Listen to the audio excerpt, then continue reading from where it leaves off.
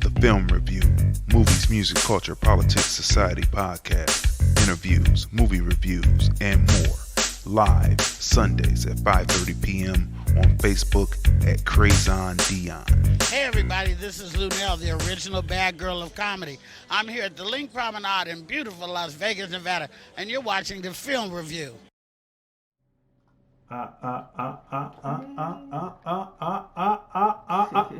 Listen, people, do we have a great show for you tonight? This is the Film Review, movies, music, culture, politics, and society. And like I said, do we have a great show for you tonight? We are the husband and wife team. I'm Crazy Dee. Tracey. And we review movies, music, culture, politics, and society. And the first thing that I have to ask you people, do you have your masks? Do you have your mask? You know, I believe in them. I believe in them since I first caught desert fever. Yeah. Right? And I haven't had a cough since. Yeah. Right? And so, for those people who say, okay, it gets moist when you're breathing in it. Well, you know, it's better to have it when somebody is coughing and drops those droplets out. You can change real quick. I've been seeing a lot of people wearing masks. A lot of people. Like everywhere. Look at South Korea. Yeah. You know, Yeah. I see the people in the news and they're talking about South Korea. They're talking about South Korea and they say, how come America's not prepared? Well, let's see. South Korea and within the Ring of Fire. certain Ring of Fire, Okay. they're always getting some kind of Right. situation going on. So that's why they're prepared. Right. Their preparedness Right. is pretty good because they always need something. 213-943-3358. 213-943-3358. This episode is called The Failed Dixiecrat Leadership Okay. Dispatches from Elsewhere Yep. Review. And we're going to get to that. Do you have your mask? You need to have your mask. That's all I'm going to say. So I'm going to take this off because we're in safe, sterile environments. Yeah. You know, COVID-19 Right. doesn't necessarily get us. As I turn back to our main Knock on thing, wood. knock on wood, because you know some people Hopefully have not. got this, but we're going to get into that in one Yeah. second when we get into the blurbs. But you know, as you see, it's episode 103 Yeah. of the Film Review. 213-943-3358. Yeah. That's 213-943-3358. If you Yeah. want to chime in and talk to us about what's going on out there as we get into our discussion for tonight. So look, Yeah. people. A lot of things happening in the blurbs. A lot of things happening in the blurbs. Let me kick it off real quick. Let me bring this up and show this to you. Now remember, we are simulcasting on that well-known social media site. Yes. We're also on the Film Review live channel. We are streaming live right now. You can just go over to the Film Review live channel on YouTube. Make sure that you subscribe. Make sure that you ring the bell so that you will be notified when we come on. Yeah. And we're right there. You see there the Film Review, and you see it saying live, and you click it, and you can be right with us. Yeah. Listen, people, it's a lot of different things going on, you know, in the blurbs. Yeah, right? lots. Lots of things. Lots. So let's start off with this. Let's start off with this right here. And, you know, number 45, Yeah. Donald Trump signed a $8.3 billion funding package to fight the coronavirus. Thank right? God. And you know, he might need that, right? But we're gonna get to that, right? We're gonna get to that. He might need that. Why would he might? What just came across the blurb? What just came across? Well, they said that the president, at one of his campaigns, they said may have been in contact with someone who has the virus, like one of the someone that shook his hand, one of the people who were there to see him speak. Listen, people. So at one of his campaign stops, Right. he shook hands with someone, And then he must have touched his face or something, or we don't know that. But he could. Why do they think that he might have been been around the person who did it? Why? Because of Ted Cruz, Oh, right? well, okay. So now Ted Cruz was at where is it at? Ted Cruz was at a political function, and definitely one of the someone that was at the function, right, tested positive for the coronavirus. And this is somebody that was at the very same event as Ted Cruz. Oh, so he's at his house. Is it sequestered to his home, or is he quarantined? That's it. He's been quarantined to his home. Can you believe that? It is scary out here. Now, people, scary. All of this, this week has been crazy in the blurbs. Yeah. For the film review blurbs this week, all of this. You see this man right here. You see Donald Trump. He's signing into law a bill for $8.3 billion funding bill to fight coronavirus. Right. Yeah. All of this is happening because people are. What happened this week in the blurbs and this week in general happened because people are so afraid of this man right here, Donald Trump. They are so afraid that Public Enemy broke up. Oh. Now, this meme came across and it really hit my sentiment exactly. Public Enemy shouldn't never be breaking up over Bernie Sanders. Crazy. Now, look. Crazy. Fear is not a reason to vote, people. We keep saying that. Fear is not a reason to vote. Nope. But it seems like so many people are, so mesmerized by 45 and so afraid of him that, first of all, where's the faith? But we'll get back to that. They are so upset, and they thought that he was a joke, and they were laughing at him. And we've told you that before, that we never laughed, because when he came down that elevator in 2016 and he said what he said, I said he just won the election. Yeah. Right. And so Public Enemy broke up. Right. Now look, all of this again because they're trying to get a man out of office. Right. Different black people are splitting factions. Yeah. You've got Clyburn, right? Biden, right? You got now Jesse Jackson, Bernie, yeah, right now. Right. You can look at that in the politics of it. And Camilla just endorsed Biden, so has really seems like all. And everyone is waiting to see what Elizabeth Warren is going to do, because she started out acting like she was just like Bernie. Right. Then she switched up on the campaign trail when her numbers were dipping. And then when she tried to have that thing where she said that Bernie had said that a woman could never win an election, her numbers started to dip, and it dipped. Then she changed over, broke away from Bernie, and said she's a capitalist too. Right. Just like when she said she was she didn't say she was Pocahontas, but she did say she was from Indian Nation. Yeah. Right? To get into college. Right? To get those grants and things for college. You know what? I have a feeling Warren is going to endorse Bernie Sanders. Why you say that?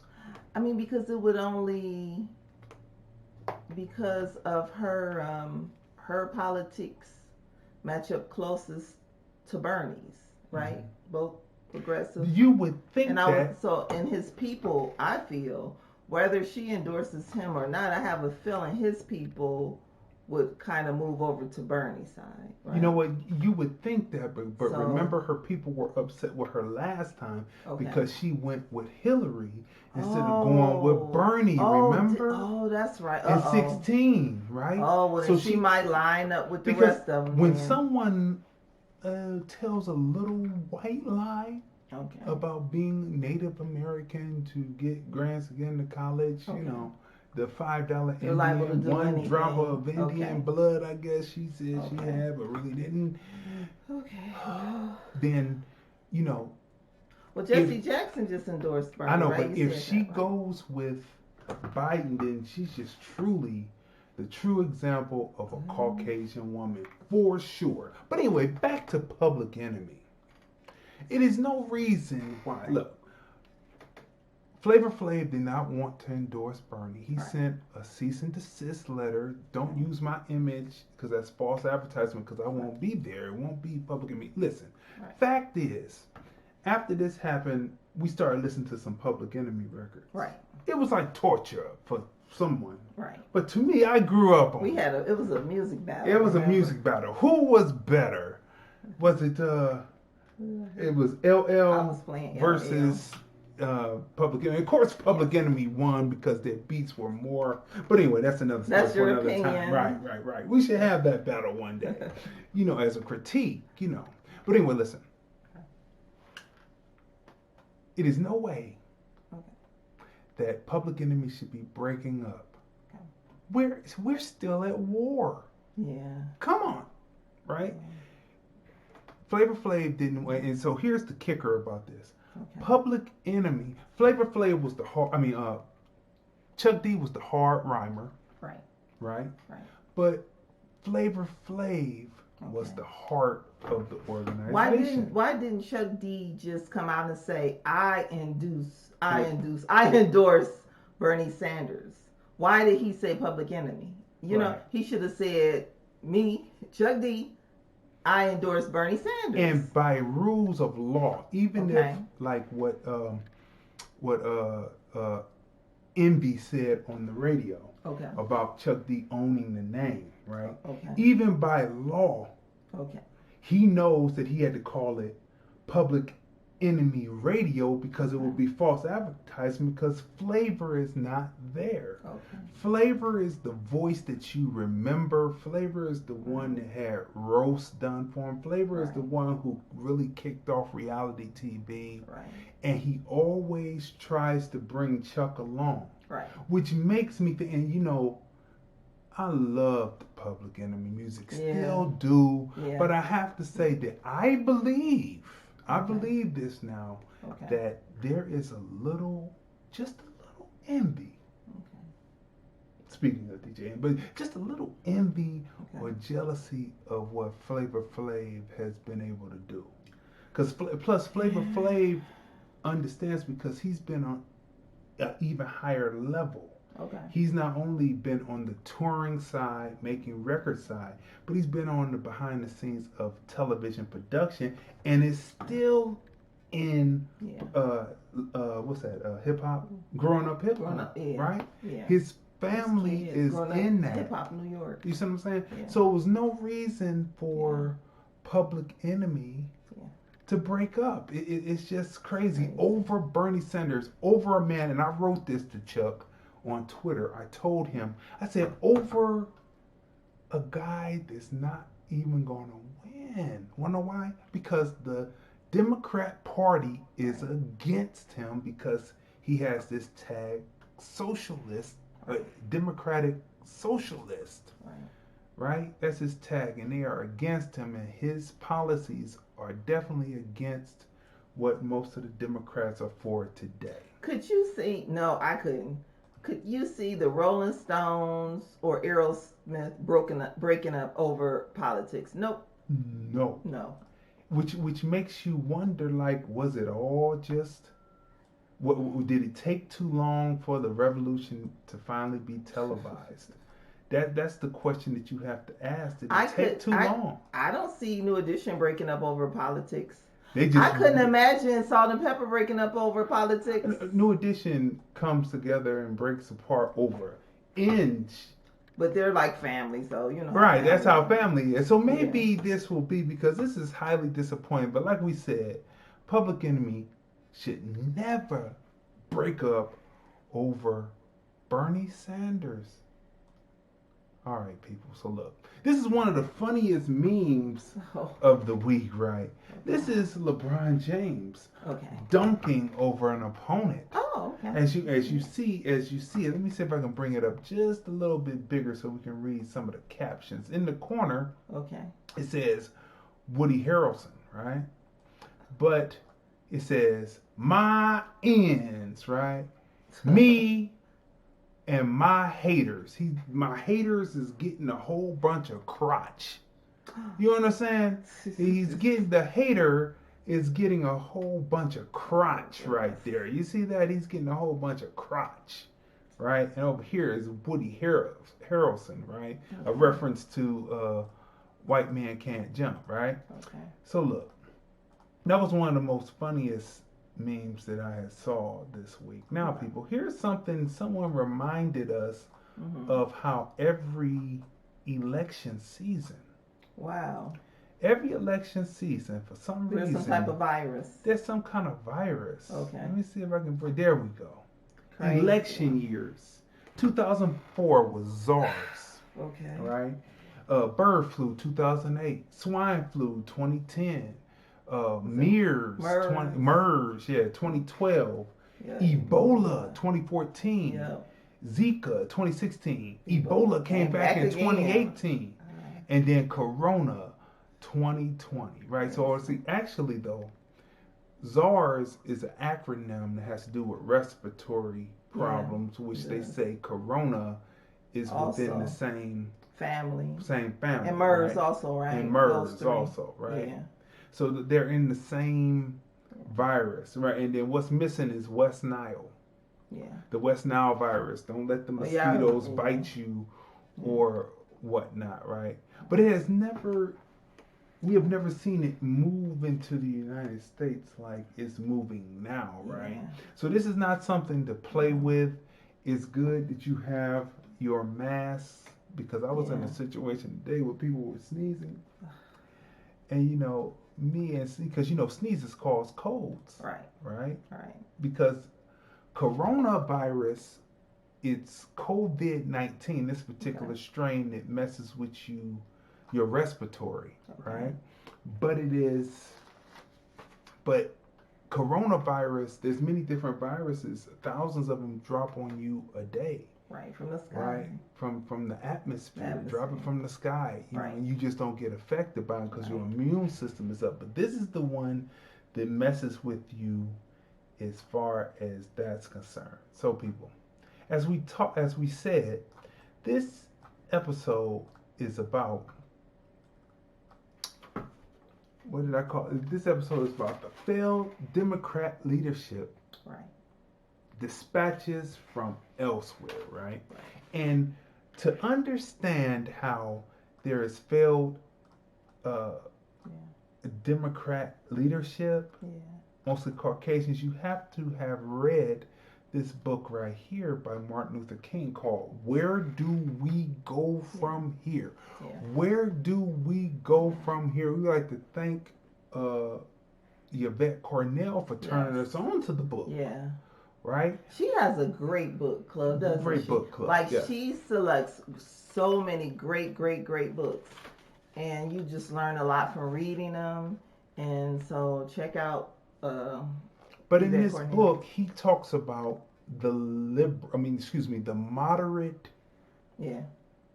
Caucasian, the moderate white who believes in there being not just us, not justice for just us, but order within the order that it usually is. So Martin Luther King talks about how it's not to worry about necessarily the white consul, which is connected to the poorer end of Caucasians, which will be the Ku Klux Klan.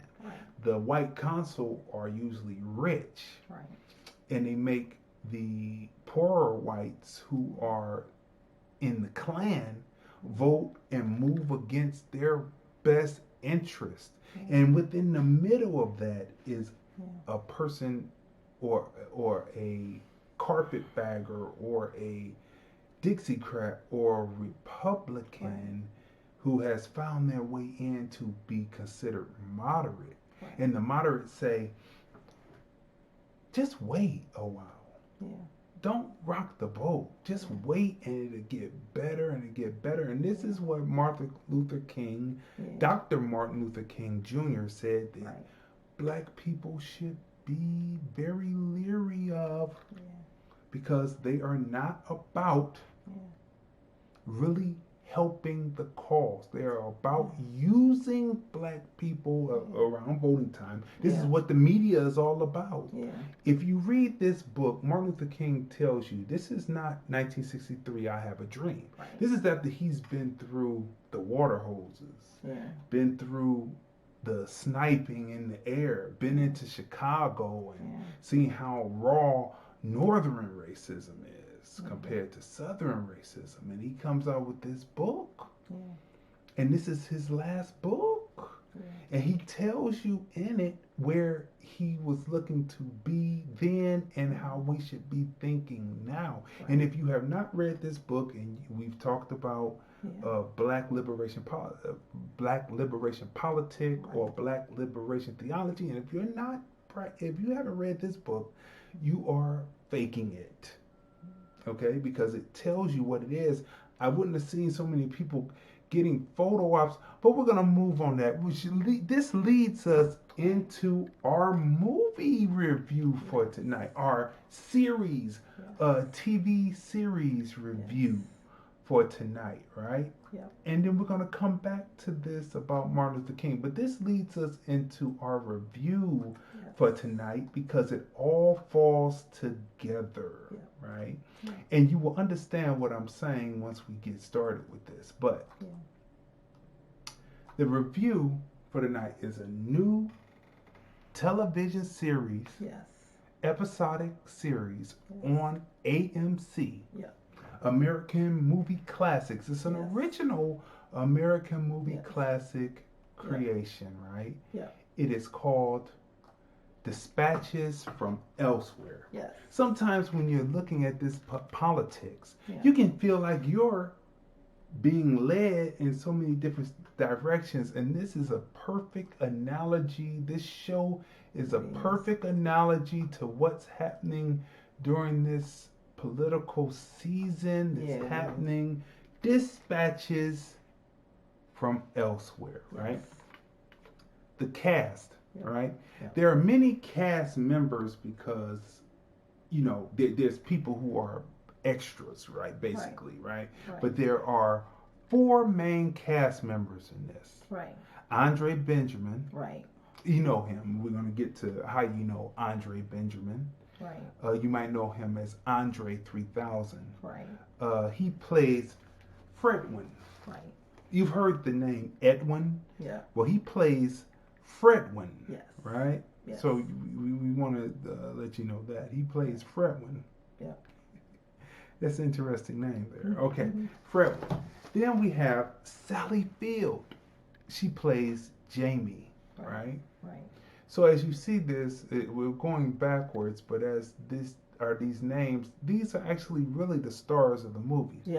Jason Segel is Peter. Right? And Jason Segel, he is the creator of the series. He wrote it. And he also directed one episode. And he executive produces too, right? And then Eva Lindley is Simone. Right? And these are the 4 principal characters in this piece. It's a well-written piece. It keeps you on your toes, right? The whole time that you're watching the piece, right? It keeps you on there. And we're going to get into it, and we're going to show you why the failed Democrat leadership is like watching an episode of Dispatches from Elsewhere, right? So Andre Benjamin, you know him as Andre 3000. He's part of the super hip hop duo Outkast. They're a hip hop group from the mid 90s to the early 2000s from ATL, Georgia. AT Aliens, Southern Playalistic Cadillac Funky Music, Speaker Box. The best, the top, legends, Outkast. Idlewild. Yes. Right? Yeah. But Andre Benjamin, a.k.a. Andre 3000, we have to take a minute to salute some of these people who are on this show, right? Yeah. He is racking up acting credits. Yeah. 2006. Okay, let's go back. 2005. Right.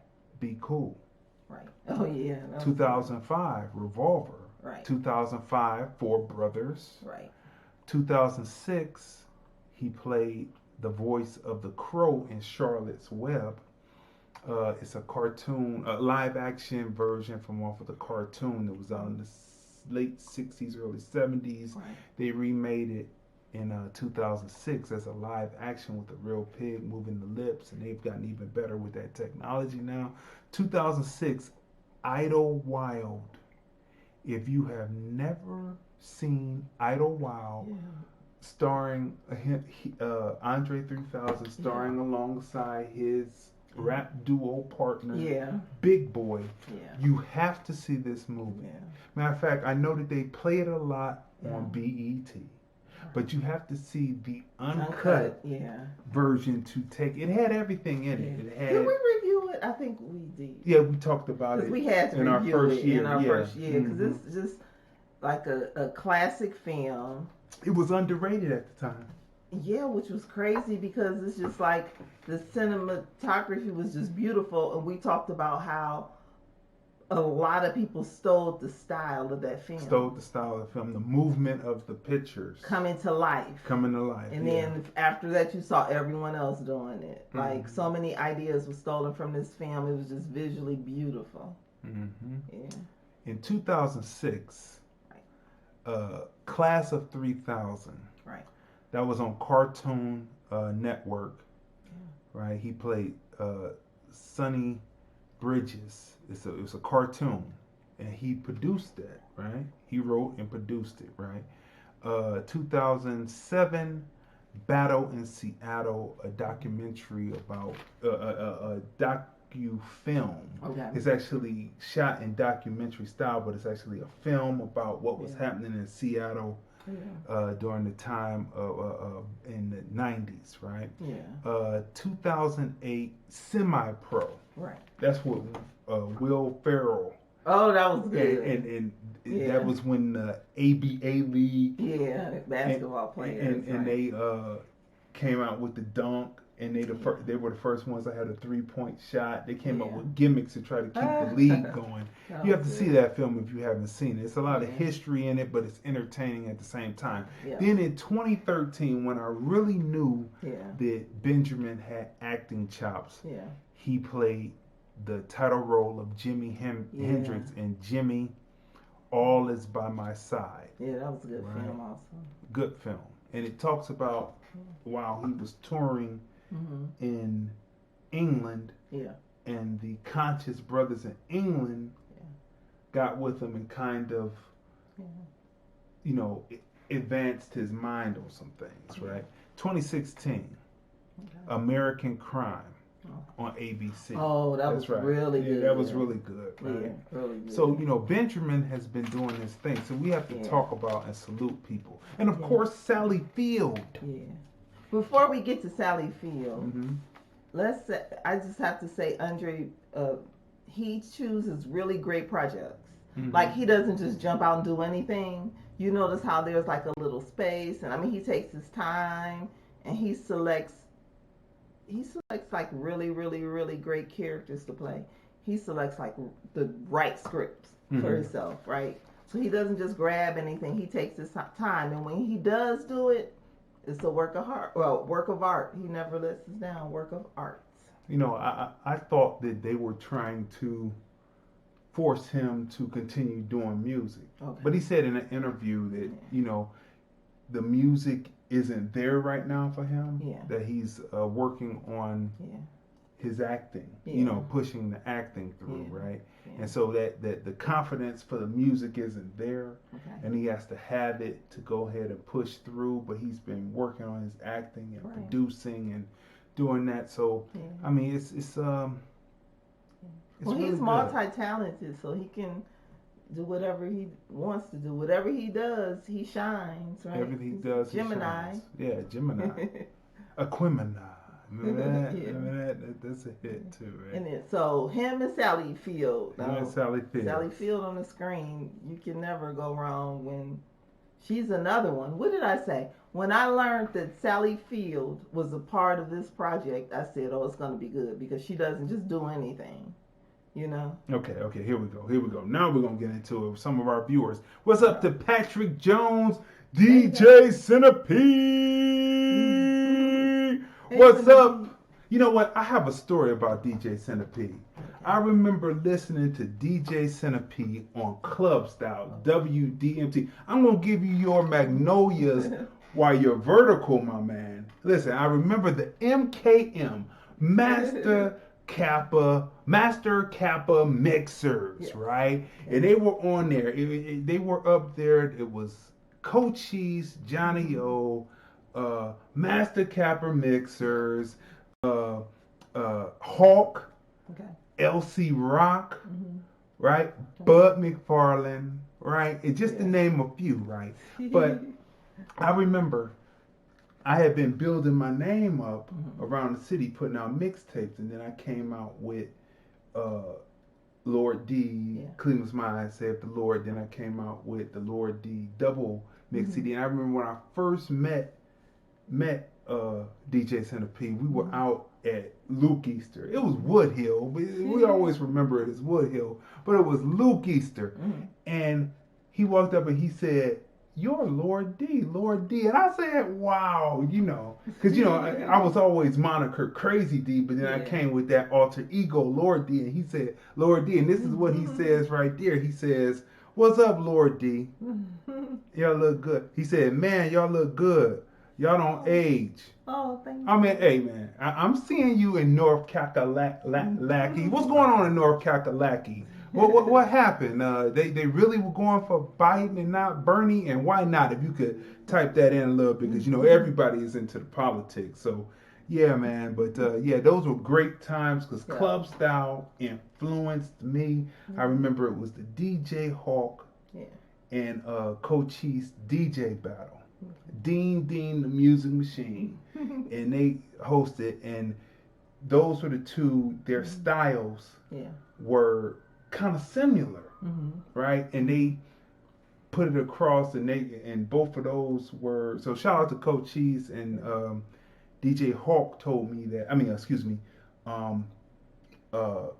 Suave told me that he believes DJ Hawk passed. So rest in peace and condolences to his family on that. But he was definitely working. And LC Rock had a similar style too, right? But as you do, you listen and then you come out. But when I stepped out, I had my own style. But those are the styles that stood out.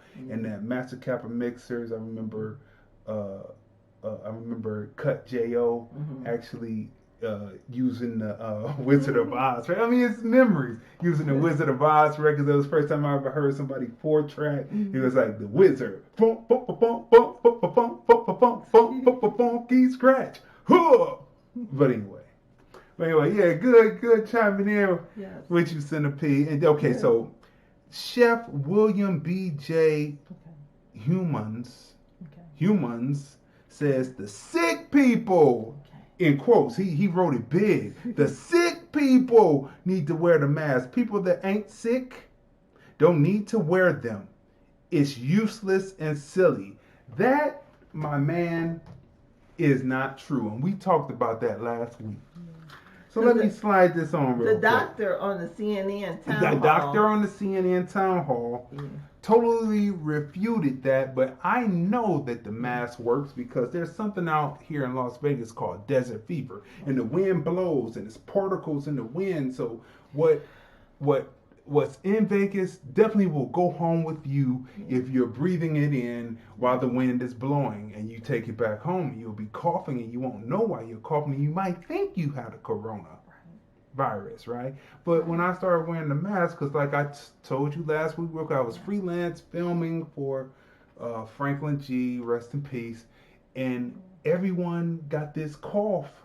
and they couldn't get rid of it. It was started in November, and everybody had it until April. You go to the doctor, they say it's not viral. Yeah. It's not something that you can use antibiotics for. It's something that's allergy, and you have to work it out so it doesn't get out until April. I wear the mask. Wind blowing, I don't get it. If someone coughs and there's particles, you got a chance to catch it, switch masks. If you don't have it, it hits you, goes up your nose like a rubber hose. And then so, so believe what you like. How about when we had first moved out here, like back home, right, in Ohio, Cleveland, Ohio, during the spring, you can open up your windows for fresh air. Mm-hmm. Out here, spring, we opened up our windows for fresh air. Yeah. It's the weekend, spring cleaning, thinking we getting fresh air in, and instead we were taking in all of these allergens, and then you had the dust and stuff, and just like. And that was a down period. I was so sick. That was a down period. I'm like, this is not like back home. So I wear the mask. Religiously. People see me out. I wear the mask. They say, "Woo!" So it's not silly. It's just an extra precaution, and the reason why they tell you that it may not be effective. Yeah, because some people say not to wear it is not effective, right? But then some doctors say it is effective. But I see that the South Koreans, who always have outbreaks, they seem to have them. And you haven't been sick. And they were handing out. No, I haven't been sick. Right. So, and plus I was in an environment today where somebody was sneezing, and I'm glad I have my mask up, and I'm still going like this because, that's what... Centipede. That's what Hawk. That's what Suave told me. I'm not sure, but that's what he told me.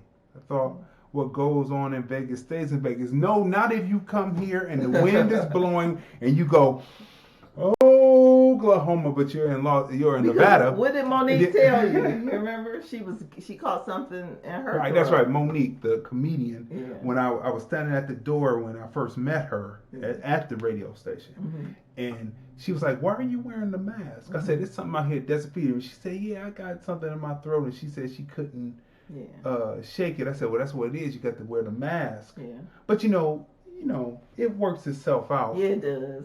But in November, that's when you catch it. But yes, if you come out in November, you will be going back with something that you won't get rid of until around April, May. Yeah.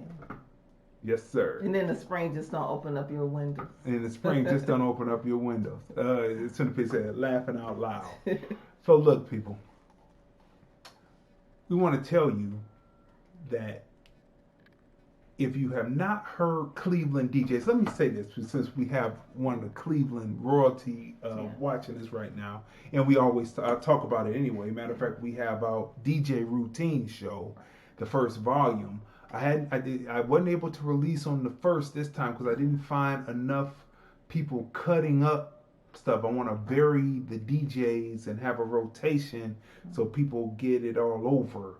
So, you can send in your routines to lordlandenterprises@hotmail.com. That's lordlandenterprises@hotmail.com. Send in your MP4s or send in your link to something that you put up. And, Crazy Dee will take it, do his magic, make it panoramic and put it out there, and people will hear you, boost the sound, blow it out, and then people will hear you. And then the whole point is to get you higher so we can get this pipeline flying around, because why they got the DJs that just record their shows, especially the club DJs, the ones that play clubs, the real ones that actually get up there and break routines out fresh, new from Cleveland, and from surrounding areas. We're gonna get you around. That's what the whole purpose is. So we make sure we put up your information so you get out there. So lordlandenterprises@hotmail.com. That's lordlandenterprises@hotmail.com. You send in your MP4, you send your link, and we will get it up there. But look, if you haven't heard Cleveland DJs, you definitely have to watch episode 1, of DJ routines, because I have a mixture. I have New York, I have Baltimore, I have Cleveland, and listen to the way, and Las Vegas, right? And LA also. So, we have a mixture of people up there. The DJs putting it down that can really put it down, right? But if you have not heard Cleveland DJs, then you are in for a treat, because the mega mixing on what they do is just incredible. Yeah. That's what I would tell you, right? So let's see. So back to, thanks for chiming in, Centipede. I need to send you my new single. Absolutely. Matter of fact, your last single, Running, is on episode 12 right now of the, you might not, because I linked you to it, but you might not have saw it.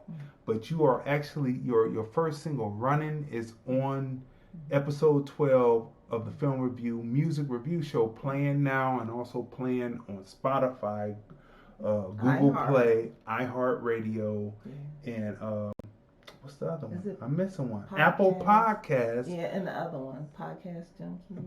Podcast Junkie, and we just connected and hooked into Anchor, and we're on Breaker. So we go all over the globe, and over in 41 countries right now, and growing. So we're making sure we're putting the people's music out there. So definitely send that single over LordlandEnterprises@hotmail.com.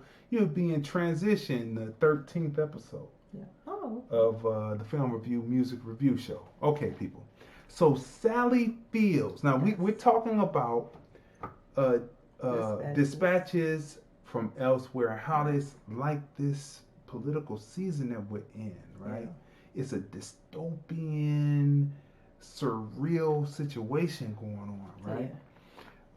So Sally Field, Gidget, 1965, 1966, The Flying Nun, 1967 through 1970, The Girl with Something Extra, 1973, 1974, Smokey and the Bandit, 1977, Hopper, 1978, Norma Ray, 1979. If you have not seen Norma Ray and the effort for the women to create a union and to walk off and do a pick line based on a true story, Norma Ray, you have to see that film. Still Magnolias, 1989. See, I'm jumping here, but she's been working. Films. If you're not tear jerking at that, right? So I'm jumping here because that's like a 10-year, but all in between she was working. Mrs. Doubtfire, 1993, with the late Robin Williams. Forrest Gump, 1994. She played his mother, and if you do not tear jerk at the conclusion of her character, I don't know what's going on. The Amazing Spider-Man, Part 1 and Part 2, 2012 and 2014. She played Aunt May, right? And she played that part. That was real acting there. She's a great actress. And then, of course, Lincoln, she played Mary Todd Lincoln, 2012. Right? Okay, so she's another one that's selective in her roles, right? She does a really great job, and you don't see her just in anything. She takes her time, and when you do see her, just like I said, okay, Sally Field is in the show. This is gonna be a good show, and we were right. Centipede said, "I seen it. It's dope. Thank you, sir. We put together the mixes. It's always a Cleveland feel here of sensibility." And then he said, "Appreciate it, bro. Appreciate you, right? Appreciate you for real." Written by and starring Jason Segel. Best known for How I Met Your Mother. Right. That's right. Co-writers Spencer McCall and Jeff Hall. Dispatches is surrealism on the TV screen. It is bizarre. Surrealism is bizarre. Surrealism in painting is like juxtaposition of two different things that you usually wouldn't see together. It's like seeing a person in a suit. The face is a fishbowl, and then there's a bowler hat on top of the fishbowl, and the two fish make the eyes, and then the stuff makes the fake greenery at the bottom. The seaweed makes the nose and the mouth, and so that's surrealism, and that's what's in this, right? it is bizarre. Right. Like a continuous dream sequence, which is its charm. But a continuous dream sequence, when you're talking about politics, is not a good thing. Why do we keep on wrapping around to the same people when this was supposed to be about? Can we get back to getting someone who was actually American descendant of slavery to actually be president of the United States, not somebody that's half Kenyan, half Kansas? Right. Can we actually get someone in the office? That was nice. That was a nice start, but we need to have someone in there. Right. Someone like Bernie Sanders, Maine. Oh, Nina Turner. Nina Turner. Also from Cleveland, Ohio. Ohio. She tore a hole in that woman's butt on CNN last week. Which gets back to the moderate and what Martin Luther King was talking about. And the woman had a nerve to challenge her on Martin Luther King, right? Yeah. The lead character in the ensemble of four, Peter, portrayed by Jason Segel, is taken from his mundane world by an unreliable narrator who lies to the audience from the opening. And this too is part of the charm as you try to figure out what is truth and what is a lie. Who is friend and who is foe to the main character. There are surreal dance sequences, one which brought me back to my childhood and club style. It was a Tommy Boy record, Centipede, and they started dancing to it, and I had forgot about it. Play it, kick it, play it. That's all I'm gonna say for people who don't know. You when you watch it, you'll see it. There's different characters in it, and it's serious. It's serious, and it's real good, and you take it seriously, but it's so surreal, right? Yeah. The introduction to characters, well written in the script. Yeah. The direction has continuity, as there are 7 directors, including Althea Jones, known for When the Land Changes, and Jason Segel, to name a few. So what do you think about? I love this film because it's like it's surreal, like you said, but it's like a live scavenger hunt. Mm-hmm. Like it's a storyline, but you're like helping them figure out like different clues, and then you get to know each of the different characters. So I do like how each of the different episodes opens up about each of the characters and give you a little bit of their background and their personal life. And the only thing is that, you know, when you're used to being able to binge watch, like with this show, you can't binge watch. But I think we should be on episode 3. Coming up. Yeah. But AMC should just put all of them up and let the people binge you want to just watch them all. But we did see the first 2 episodes, and hopefully episode 3 is up today. It's a good show. The acting is great. Benjamin really stands out because going up opposite Sally Fields, that was a good matching up. But I mean, but to go up, she's a veteran in the game. And for you to be able to hold your he held his own, opposite a veteran, is a lot to say. Right. And then Jason Segel, right? Mm-hmm. Like I never watched the show How I Met Your Mother. I think I saw maybe like one episode, like the TV was on, but getting to know his character on this show, it's really good. So now when I think of Jason Segel, I'll think of this show, and he created this show. He did a great job. I mean, because it's like the mind of Jason Segel, you know. I mean, because it's different. It's unlike anything that I've seen before, right? Absolutely. And this will be a great show to just chill on a Saturday and just, you know, watch. And I don't know, they did a really good job. And I love the characters. I love how even the people in the background and the secondary characters, as well as the people who are, what do they call those people in the background? The extras. Yeah, all of the extras, right? Mm-hmm. It's very multicultural. Right. It's realistic. Like you see people of all cultures in this film, and it's really, and the music is great, right? The music Speaking is of good. that, Yeah, right? yeah, the music is great, right? So it's a breath of fresh air because I haven't seen anything like this before. And I knew when I saw Andre was a part of it and Sally Field, I said, oh, this is going to be a good film. And then Eve Lindley, right?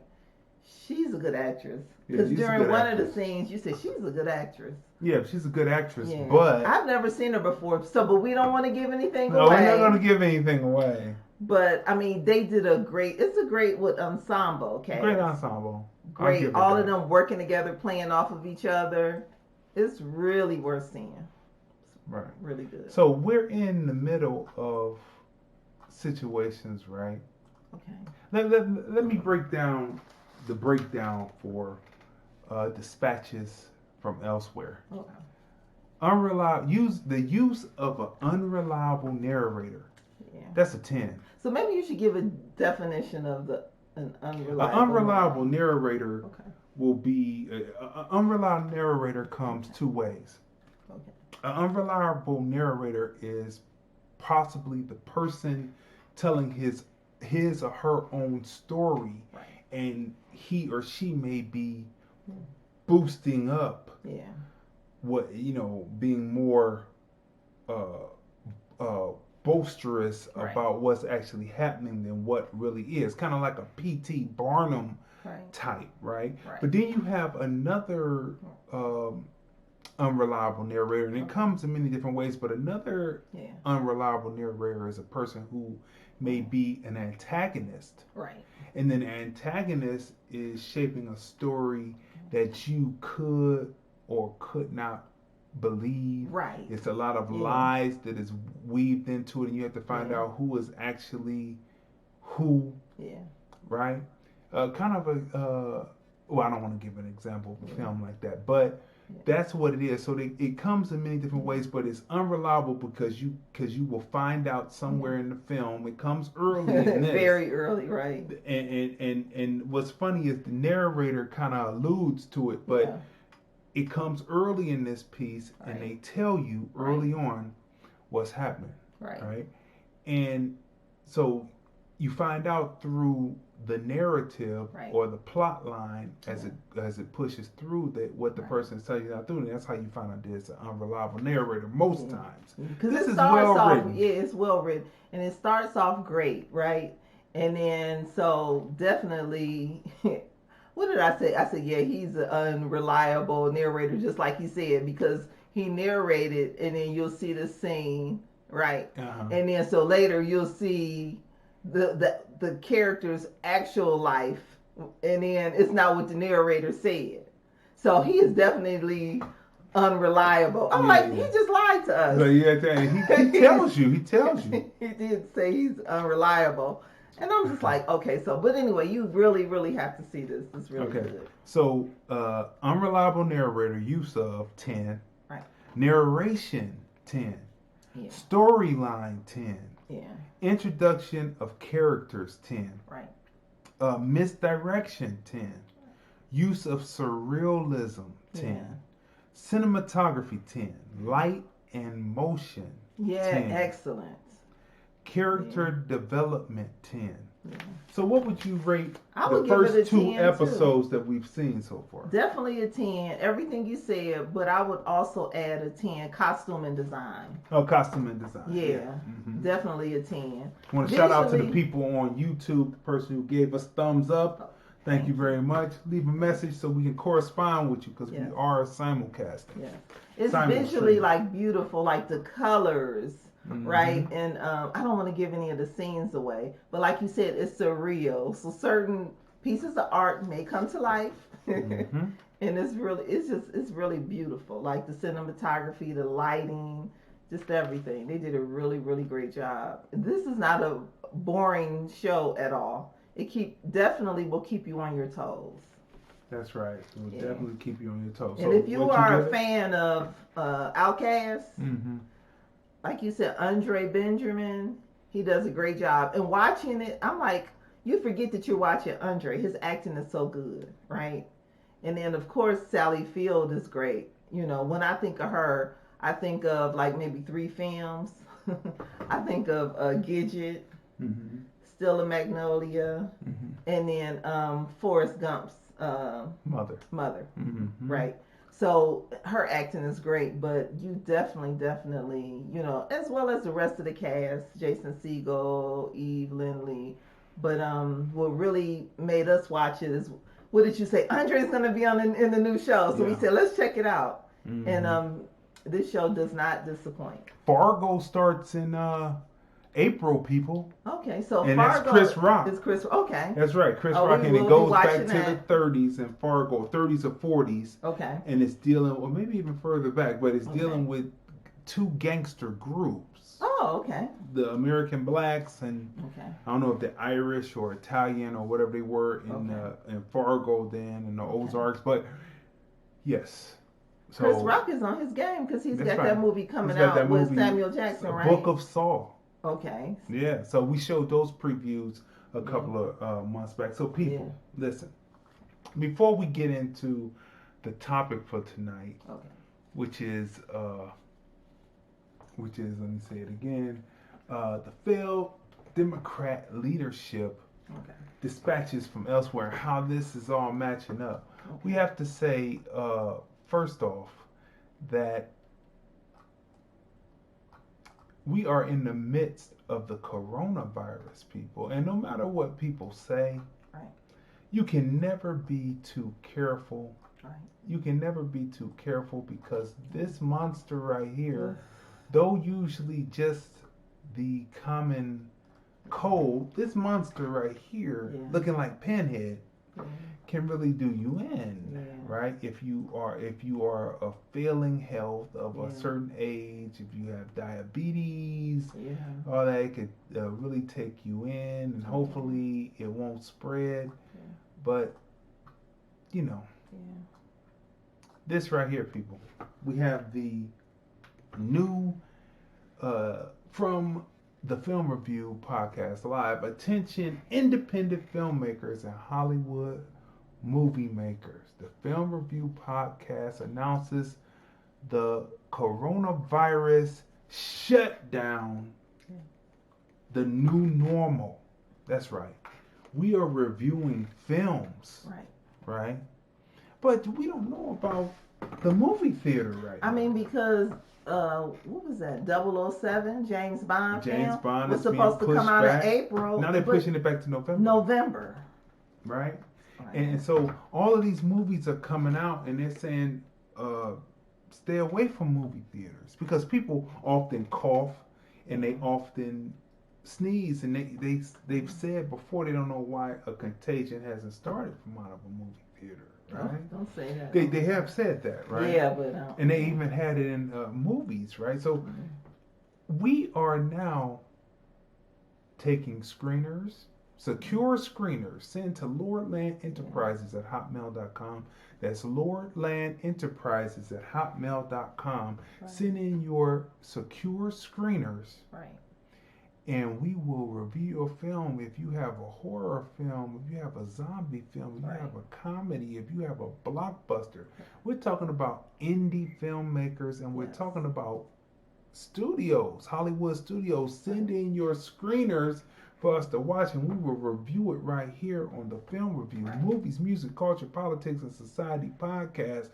Other than that, it may be some films that don't get the seal of approval from the Film Review, and you don't want that, right?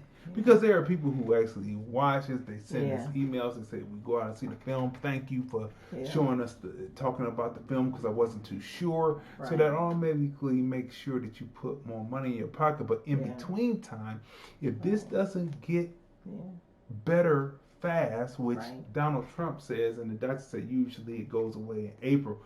Donald Trump said it would just disappear.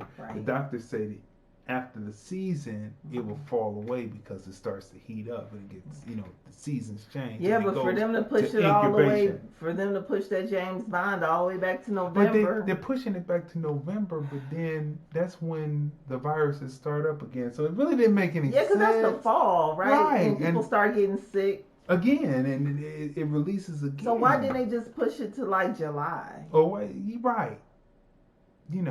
Why didn't they do it in the summertime? Right. You know, when things are incubating, right? But anyway, people. So we're sitting there. So you send it in. How you know about how you learn more information about it? Make sure you go to Crazy D Film Dude on Instagram. Crazy D Film Dude on Instagram, and follow Crazy D Film Dude on Instagram, and also follow Movie Girl for Life. Send your screeners and your information about the film. When you go there, you'll see this actual flyer here, right? Which says, from TFR Podcast Live, attention, independent filmmakers and Hollywood movie makers, right? You read that, and then all the information is there, how you send it in. But you basically send in lordlandenterprise@hotmail.com. Send in your screener, right? Secure site, usually Vimeo or something like that, Right. or whatever platform you want to use to make it secure, because we're going to watch it. We're not going to bootleg it, because I was never a bootlegger, so we're not going to bootleg We've watched it. Never secure do that. screeners Oh yeah, that's before. right. Yeah, we've had quite a few secure screeners, but we're going to need more, because we need to put you out there. Yeah. So lordlandenterprises@hotmail.com. All the information is on Crazy D Film Dude. You'll see this actual layout and this actual flyer. Okay, people. So you now, know what, before we get into that, we didn't review this because how do you review this docu-series? But definitely check out on Netflix The Trials of Gabriel Fernandez. And it's tragic what happened to this little boy. it's chilling. Yeah, it is. It's chilling. And it's a docu-series, and it says a boy's brutal murder and the public trials of the guardians and social workers prompt questions about the system's protection of vulnerable children. And what's interesting about this docu-series is it covers everything. Like, they did a really good job, like, covering not only was the mother and the mother's boyfriend on trial, right? 4 of the social workers were on trial also. And they do a great job going behind the scenes, and you learn so much about Gabriel, and it's just his teacher, his little friends. It's just horrible. Like, they really, really need to work on the system. And after seeing this film, this docu-series, it makes you get involved. It makes you want to be, it makes you become an advocate, a child advocate, right? And what is sad, I'll let you watch it. If you haven't seen it, you have to see it. And it's been number 1 on Netflix, they said, since it was released. Right. And she's been getting her comeuppance in the prison system, right? Yeah, the mother.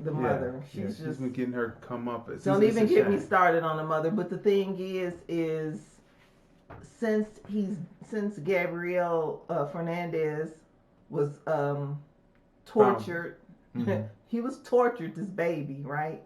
And tortured and murdered. There's been over 100 other children within the LA County system who were murdered. Also, and that's at the hands of a parent. But this is crazy. These are Latinas, right? Gabriel Fernandez and then after that, they 2 weeks after his trial ended, then the deputy prosecutor attorney, deputy assistant prosecutor, right? You learn a lot about him too. And then also the woman who took it to, because we wasn't going to cover it. I just wanted to talk about it because, it's just horrible, right? So we just kind of wanted to briefly go over it. Another murder of a 4-year-old. Right. Just behind his. Yeah, and then another little boy. Right. And it's then a pattern. And her name is Lacey, right? The woman who came into office, and she gave her stamp of approval for the deputy DA to look into this. And because children were dying in the system and still are. And this black woman, soon as she started it, her in that position and she saw what was going on, she took those people to task. Mm-hmm. So the definitely social workers, yeah. what So you she have saw to what watch the social it. workers were It's doing. on Netflix right now. Yeah. Right. District Attorney, I believe. Attorney, yeah. And she took him to task, and there was justice for Gabrielle. Mm-hmm. Great docuseries. Yeah. So watch it. It's on Netflix. Yeah. Right. Yeah. If you're squeamish, don't eat while you're watching it. Okay, we'll just say that. Okay. So people, listen. So what you learn is we're in this dispatches of elsewhere life as American blacks, right? Right. So we're in this situation, right? Jackie Lacey, I'm sorry, District Attorney Jackie Lacey is her name. Right. So what you find, people, are that we are in this how could I say, we're in this dispatches of elsewhere. It's like, what else could possibly happen? What else could possibly be happening? Like, look, people, Public Enemy broke up over Bernie Sanders, right? But as we go through, just going through a quick little history burst with memes real quick, people. First of all, Mansa Musa was the richest man in the world, right? But he went around spreading out and showing how rich he was, and then the Europeans said, hey, we can take that. Then you come to modern time, 50 some years ago or 60 some years ago, and you find that Colonel Sanders stole the recipe from this black woman. Did he? It's a constant pattern of this. You know, the 7 herbs and spices hasn't, in our opinion, been the same since they started putting a chemical goop on it, and it's no longer flour, but you used to smell that. It was a Kentucky Fried Chicken right on this street called Lee Road, and right across the street on the side street of it was a daycare that I was staying at, you know, during the summer. It was a summer program, right? And he was smelling that chicken. I remember. How old were you? I must have been about 9. Okay. And I remember that they had the chicken on. They finally got the chicken on the last day. They must have been smelling it too. My mother came and picked me up early. Any other time, and I said, "Can we get some Kentucky Fried Chicken?" They had only got 1 piece. She said, "No, we got chicken at home." So you know, it was like that. But anyway, so did he steal this woman's recipe? Probably so, right? Of course. So this is what we're looking at now. Now he would be considered a moderate, right? Because you know he obviously hung around black people. He was the colonel. So when I see that they dug the colonel I up, can't take those commercials to bring the colonel back, I say put the colonel back in the box and put him back 6 feet deep. This and don't whole bring plantation him back. is Even Twice Bit or whatever that was, gosh. Disco Vampire or whatever. Even he played it one time. It was just really crazy. with Mark Hamilton. Mark Hamilton, I guess that's his name, but What's he his played it and he had a tan. He still had his tan.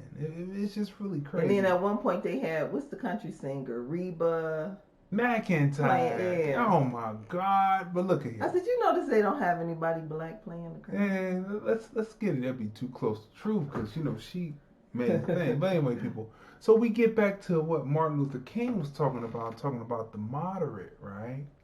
And so Joe Biden is the moderate, right? What is Joe Biden actually saying about us now? Before MSNBC and all that, and CNN and all them, and then it was headed by Joy Reid, most likely, say that these are Russian bots putting out information. Are these Russian bots putting out information that's true about what Joe Biden said? No. Let that sink in for a minute. Right. Is it bots? Right. Russian bots putting out information about what Joe Biden said. He said his first main agenda. Right. Let me bring it up closer so that you can read it too, people, right there off the screen. Right. His big agenda item is Biden says LGBT rights will be his #1 priority. When he gets to the White House, that's going to be his #1 priority. That was Obama's #1 priority. And didn't he leak it? I mean, didn't he do a so-called flub, and then Obama had to come out and be for it before he was against it?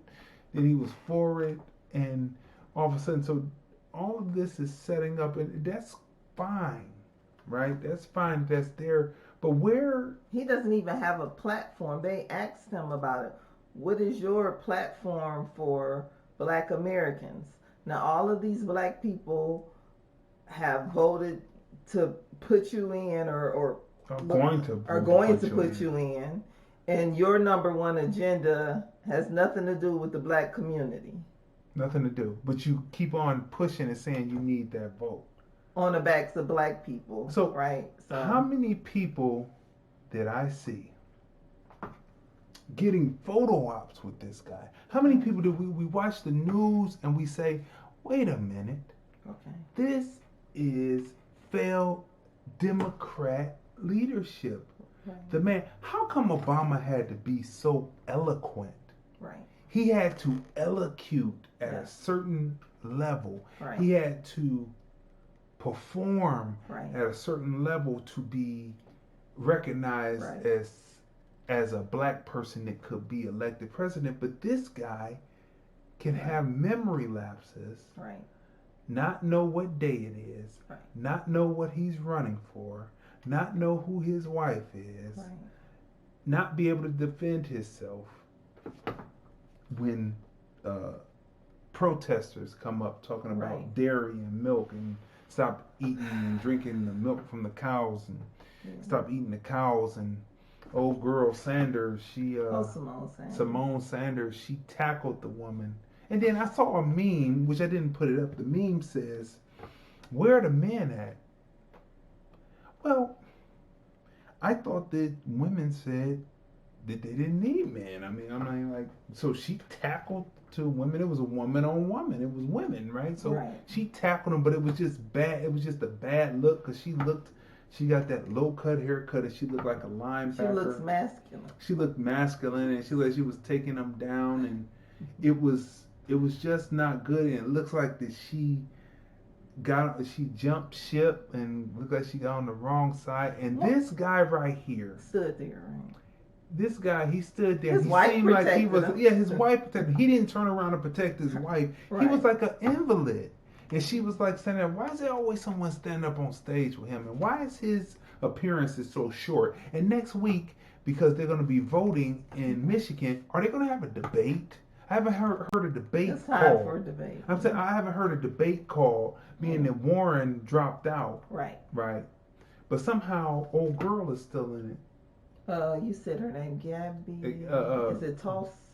Tulsi Gabbard. No, not Tulsi Gabbard. Tulsi Gabbard. Yes. Yeah, that's She's still in it somehow. And when is she gonna pull out? Like she's not Maybe they can put her getting- on stage. She can be third person. I mean, but she's not even in the run. She's not viable, yeah. right? So how come she was drop out so it could just be Biden Right. and Sanders? And Right. I Are would they like gonna to have see a those debate? two debate. Yeah, it's time for Sanders and because this Right. guy right here, is this all the Democrats have? This, ladies and gentlemen, is failed Dixiecrat leadership, which puts us in a surreal situation. We keep getting older and older and older, and we seem to be put into a box of listening to 1963, I Have a Dream, instead of where do we go from here? Martin Luther King's last book, Right. his last offering to Right. us, after he had been through all of it, he had seen Right. all of it, he said, hey, where do we go from here? And he talks about the moderate, and the moderate is on TV. Right. And when the moderate is on TV and the moderate is challenged, you Right. see those racist horns rise. This is failed Dixiecrat leadership.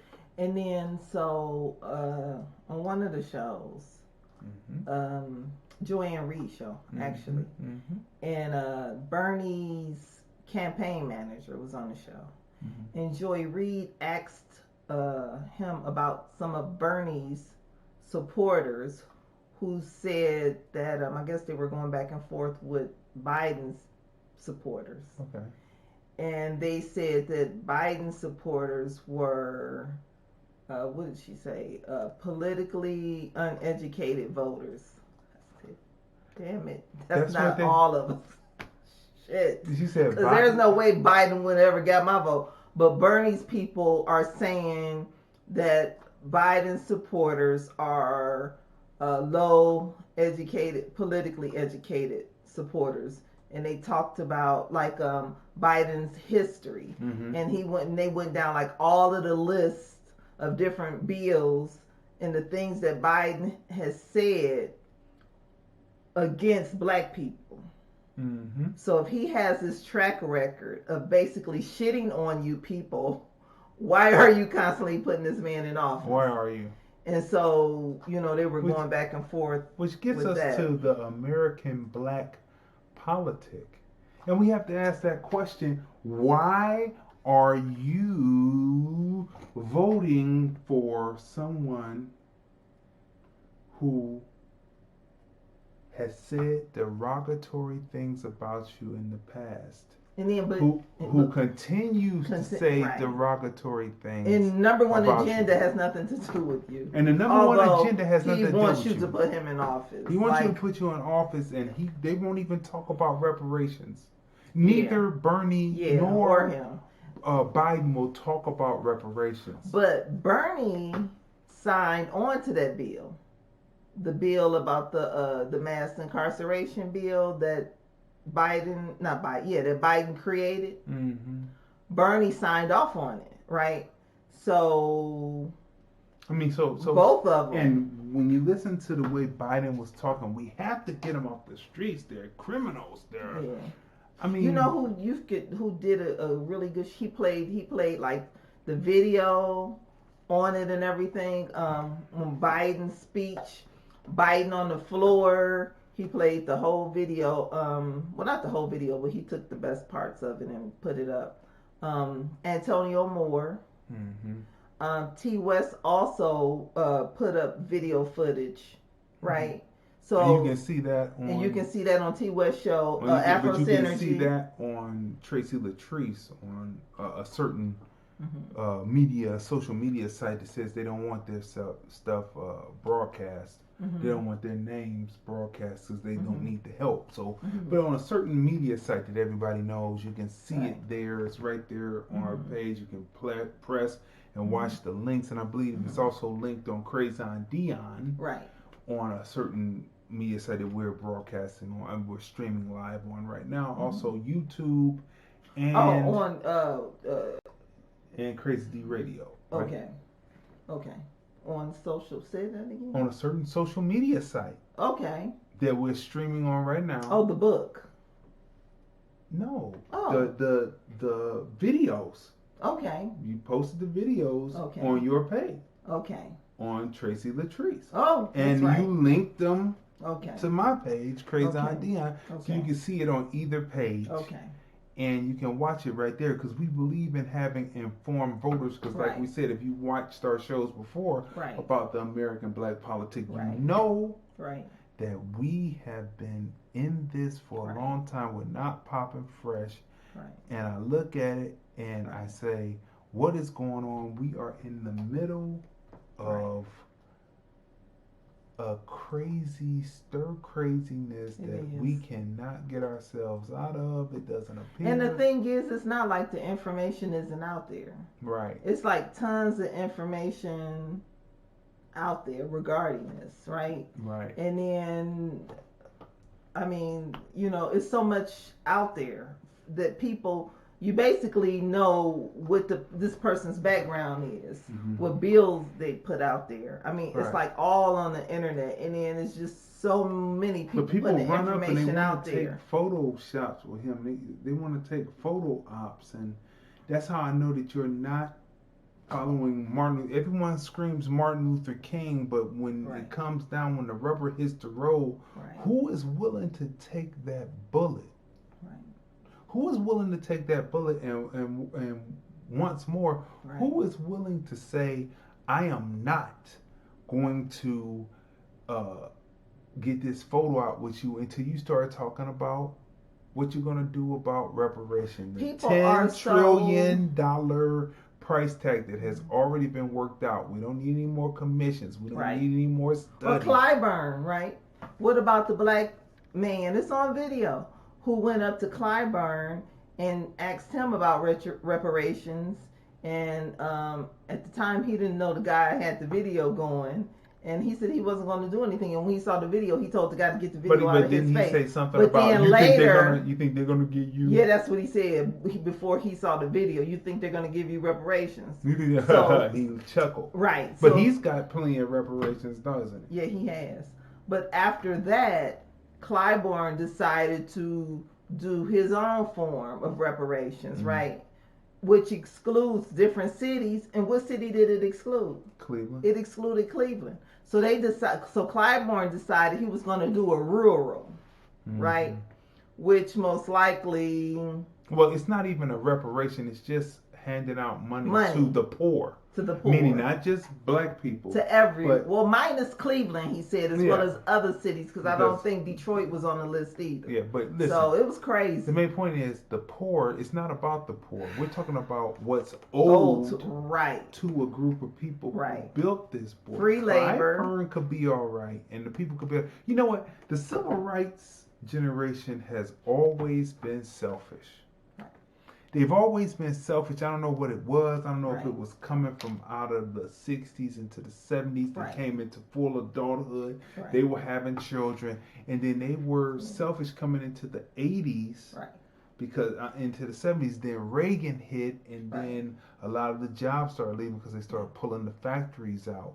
Or the people who were supposed to be moderate, who were Reagan Democrats, all of a sudden, who would vote Democrat, which was actually Dixiecrat, heard Reagan and went along with Reagan and thought that the civil rights gains were too much. Then they pulled back and relieved people of their work. And then once the fever broke, then people were able to work again.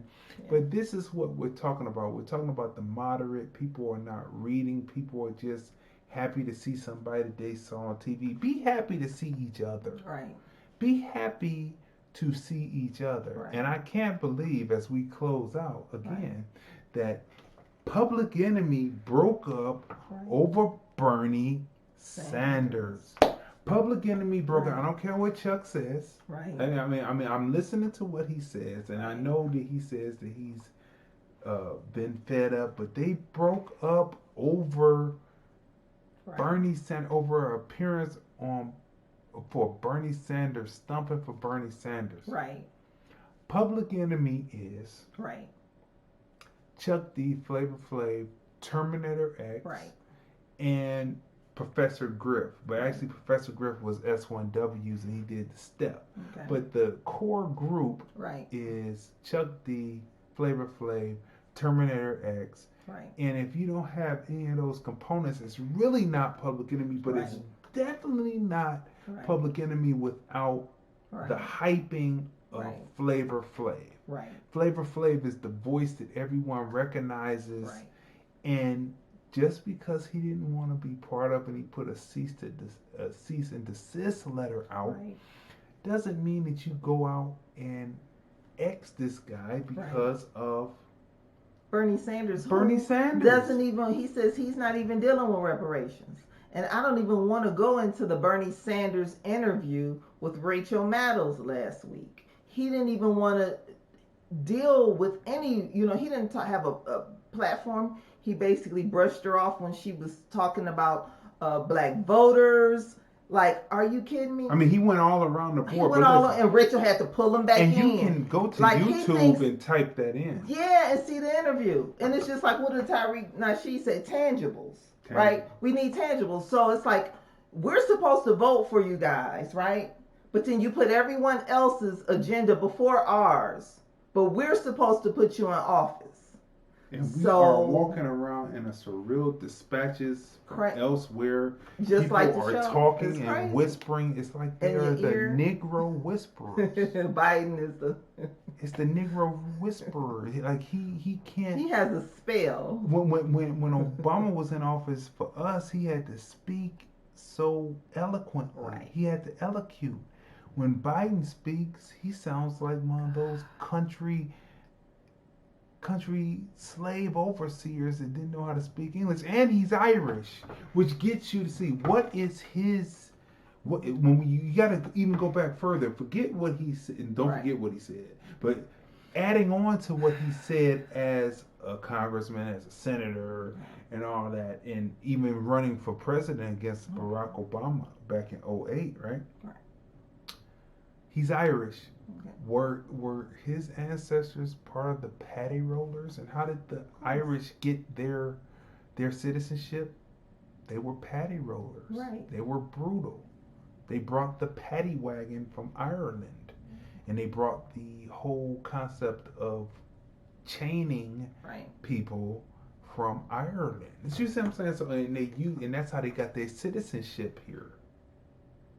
So we have to even go back further. So no reparations. Right. We have to say no vote. No reparations. No reparations. Not talking about reparations, but you're talking about everything. You're talking about pathway to citizenship. Right. That's taking jobs away from black people. Right. Forget the people who are picking in the fields. Right. We're talking about people who are taking factory jobs. Right. Factory jobs. Right. Right.